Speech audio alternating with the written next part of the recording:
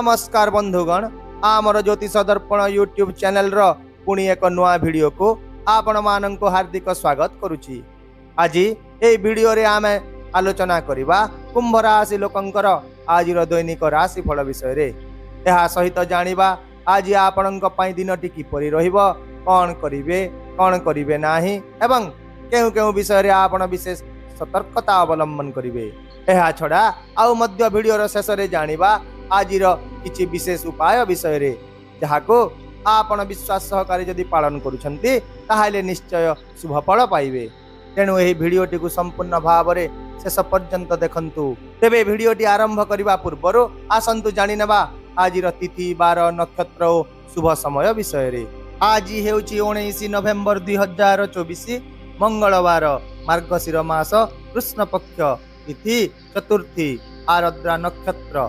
आज शुभ बेला सकाळ 7:37 रु 11:19 मध्य।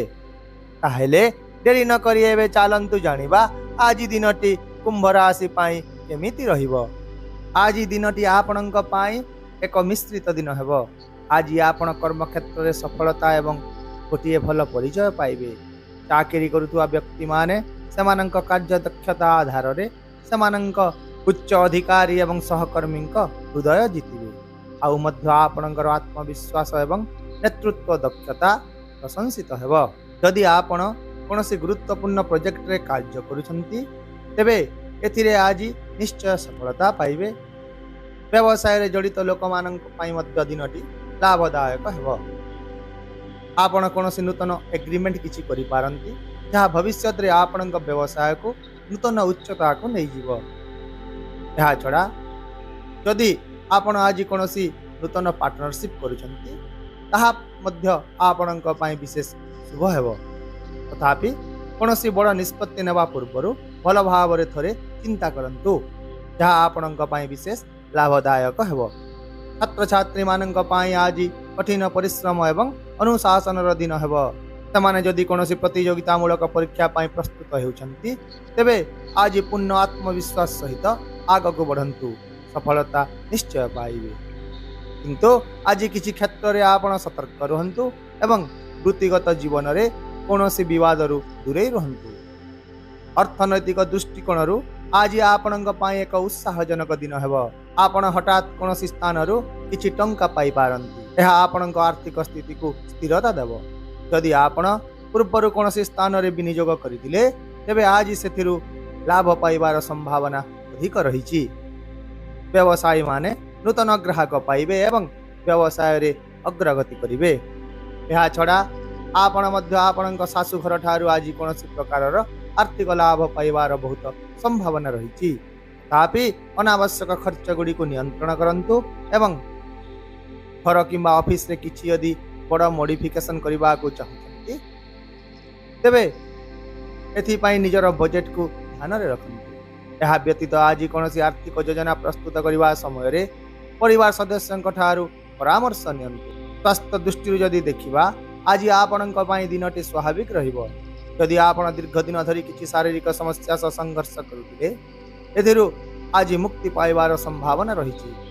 थकापण एवं मानसिक चाप रक्षा पाइबा पई आज आपण पर्याप्त परिमाण रो विश्राम नियंतु एवं पेट संबंधी कोनोसी समस्या को एड़ाइबा पई आपण निजर खाद्य प्रति विशेष ध्यान दियंतु।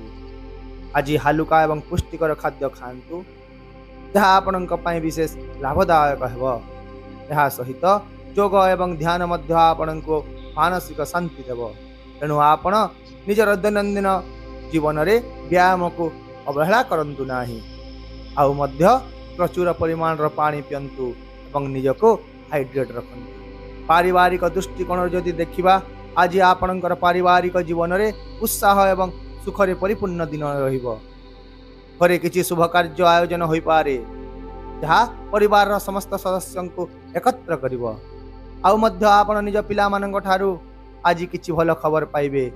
यदि समाने चाकरी किंबा अध्ययन पई कोनोसी स्थान रे आवेदन करूछंती तेबे सफलतार बहुत संभावना रहिछि।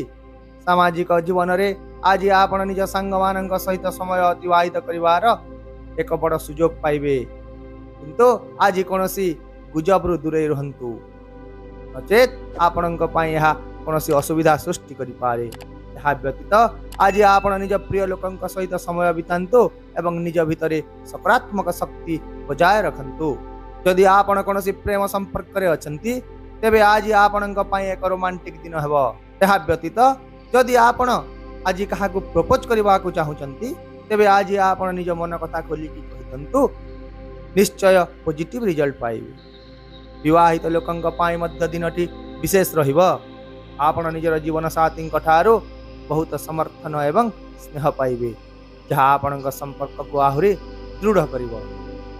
ଏହା ଛଡ଼ା ଦୁହିଁଙ୍କ ମଧ୍ୟରେ ଆଜି ବିଶ୍ୱାସ ଓ ଭଲ ପାଇବା ବୃଦ୍ଧି ପାଇବ। ତେବେ ଆପଣଙ୍କ ପାଇଁ ଆଜିର ବିଶେଷ ଉପାୟ, ଆଜି ମା ଦୁର୍ଗା ସପ୍ତଶତୀ ପାଠ କରନ୍ତୁ ଏବଂ ଗାଈମାନଙ୍କୁ ଗୁଡ଼ ଓ ଗହମ ଖାଇବାକୁ ଦିଅନ୍ତୁ, ଯାହାଫଳରେ ଆପଣଙ୍କ ସ୍ୱାସ୍ଥ୍ୟରେ ଉନ୍ନତି ଆସିବା ସାଙ୍ଗକୁ ଆପଣଙ୍କର ଆର୍ଥିକ ସ୍ଥିତି ଆଜି ମଜବୁତ ହେବ। ତାହେଲେ ବନ୍ଧୁଗଣ, ଏହା ଥିଲା କୁମ୍ଭ ରାଶିର ଲୋକଙ୍କ ପାଇଁ ଆଜି ଦିନର ରାଶିଫଳ। ଯଦି ଆପଣ ଏହି ରାଶିଫଳକୁ ଉପଯୋଗୀ ମନେ କରିଛନ୍ତି ତେବେ ଏହି ଭିଡ଼ିଓଟିକୁ ଲାଇକ୍ ଓ ସେୟାର କରିଦିଅନ୍ତୁ ଏବଂ ଆପଣଙ୍କ ପାଇଁ ଦିନଟି କିପରି କଟିଲା ତାହା କମେଣ୍ଟ ବକ୍ସରେ ଆମକୁ ଜଣାନ୍ତୁ। ଏହା ସହିତ ଆମ ଚ୍ୟାନେଲକୁ ମଧ୍ୟ ସବସ୍କ୍ରାଇବ୍ କରିବାକୁ ଭୁଲନ୍ତୁ ନାହିଁ, ଯାହାଦ୍ୱାରା ଆମେ ଆପଣଙ୍କୁ ପ୍ରତିଦିନ ନୂତନ ଏବଂ ଗୁରୁତ୍ୱପୂର୍ଣ୍ଣ ଜ୍ୟୋତିଷ ସୂଚନା ଦେଇପାରିବୁ। ତେବେ ପୁଣି ଦେଖା ହେବା ଆସନ୍ତାକାଲି ଏକ ନୂଆ ରାଶିଫଳ ଭିଡ଼ିଓ ସହିତ। ରହୁଛି, ନମସ୍କାର, ଜୟ ଜଗନ୍ନାଥ।